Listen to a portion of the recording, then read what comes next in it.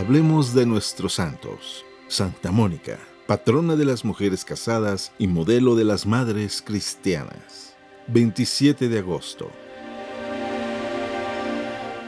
Santa Mónica, madre de San Agustín, nació en Tagaste, África del Norte, en el año 331. Sus padres encomendaron la formación de sus hijas a una mujer muy religiosa y estricta en disciplina. Ella no las dejaba tomar bebidas entre horas, aunque aquellas tierras son de clima caliente, pues les decía: ahora cada vez que tengan sed van a tomar bebidas para calmarla, y después que sean mayores y tengan las llaves de la pieza donde está el vino, tomarán licor, y esto les hará mucho daño. Santa Mónica le obedeció los primeros años, pero después, ya mayor, empezó a ir a escondidas al depósito y cada vez que tenía sed tomaba un vaso de vino. Mas sucedió que un día regañó fuertemente a un obrero y éste, por defenderse, le gritó: ¡borracha! Esto le impresionó profundamente y nunca lo olvidó en toda su vida, y se propuso no volver a tomar jamás bebidas alcohólicas. Pocos meses después fue bautizada. En ese tiempo bautizaban a la gente ya entrada en años, y desde su bautismo su conversión fue admirable. Ella deseaba dedicarse a la vida de oración y de soledad, pero sus padres dispusieron que tenía que esposarse con un hombre llamado Patricio. Este era un buen trabajador, pero de genio terrible. Además, mujeriego, jugador y pagano, que no tenía gusto alguno por lo espiritual. La hizo sufrir muchísimo y por 30 años ella tuvo que aguantar sus estallidos de ira, ya que gritaba por el menor disgusto. Pero este jamás se atrevió a levantar su mano contra ella. Tuvieron 3 hijos, 2 varones y una mujer.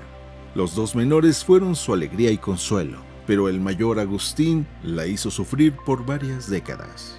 En aquella región del norte de África donde las personas eran sumamente agresivas, las demás esposas le preguntaban a Mónica por qué su esposo era uno de los hombres de peor genio en toda la ciudad, pero que nunca la golpeaba, y en cambio los esposos de ellas las golpeaban sin compasión. Mónica les respondió: es que cuando mi esposo está de mal genio, yo me esfuerzo por estar de buen genio.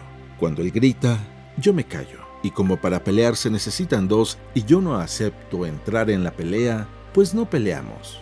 Patricio no era católico, y aunque criticaba mucho el rezar de su esposa y su generosidad tan grande hacia los pobres, nunca se opuso a que dedicara su tiempo a estos buenos oficios, y el ejemplo de vida de su esposa logró su conversión. Mónica rezaba y ofrecía sacrificios por su esposo, y al fin alcanzó de Dios la gracia de que en el año 371 Patricio se hiciera bautizar, y que lo mismo hiciera su suegra, mujer terriblemente colérica que por meterse demasiado en el lugar de su nuera le había amargado grandemente la vida a la pobre Mónica. Un año después de su bautizo, Patricio murió, dejando a la pobre viuda con el problema de su hijo mayor. Patricio y Mónica se habían dado cuenta de que Agustín era extraordinariamente inteligente y por eso decidieron enviarle a la capital del estado, a Catargo. Pero a Patricio en aquella época solo le interesaba que Agustín sobresaliera en los estudios, fuera reconocido y celebrado socialmente y sobresaliese en los ejercicios físicos.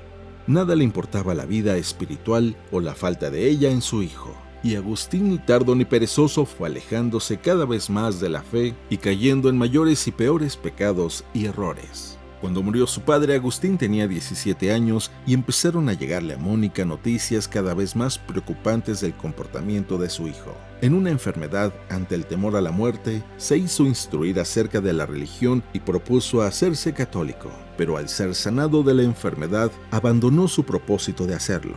Adoptó las creencias y prácticas de una secta maniquea que afirmaban que el mundo no lo había hecho Dios, sino el diablo.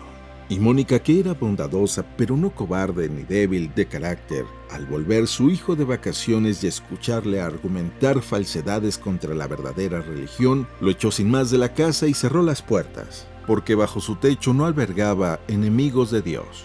En cierta ocasión, Mónica contó a un obispo que llevaba años y años rezando, ofreciendo sacrificios y haciendo rezar a sacerdotes y amigos por la conversión de Agustín.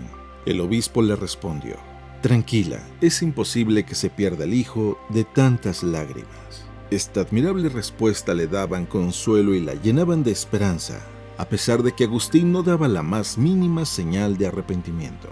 A los 29 años, Agustín decide irse a Roma a dar clases. Mónica se decide a seguirle para intentar alejarlo de las malas influencias, pero Agustín, al llegar al puerto de embarque, Agustín, por medio de un engaño, se va a Roma sin ella.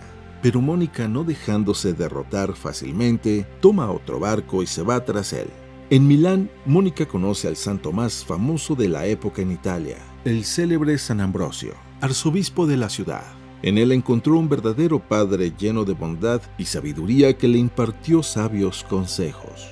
Además de Mónica, San Ambrosio también tuvo un gran impacto sobre Agustín, a quien atrajo inicialmente por su gran conocimiento y poderosa personalidad. Pero poco a poco comenzó a operarse un cambio notable en Agustín. Escuchaba con gran atención y respeto a San Ambrosio. Desarrolló por él un profundo cariño y abrió finalmente su mente y su corazón a las verdades de la fe católica. En el año 387 ocurrió la conversión de Agustín. Se hizo sin instruir en la religión y en la fiesta de Pascua de Resurrección de ese año se hizo bautizar. Agustín, ya convertido, dispuso volver con su madre y su hermano a su tierra, en África. Pero Mónica ya había conseguido todo lo que anhelaba en esta vida, que era ver la conversión de su hijo. Ya podía morir tranquila. Y sucedió que, estando ahí en una casa junto al mar, mientras madre e hijo admiraban el cielo estrellado y platicaban sobre las alegrías venideras cuando llegaran al cielo, Mónica exclamó entusiasmada: «¿Y a mí qué más me amarra a la tierra? Ya he obtenido de Dios mi gran deseo, el verte cristiano». Poco después la invadió una fiebre que en pocos días se agravó y le ocasionó la muerte. Murió a los 55 años de edad en el año 387. A lo largo de los siglos, miles han encomendado a Santa Mónica a sus familiares más queridos y han conseguido conversiones admirables. Hablemos de nuestros santos. Santa Mónica, patrona de las mujeres casadas y modelo de las madres cristianas.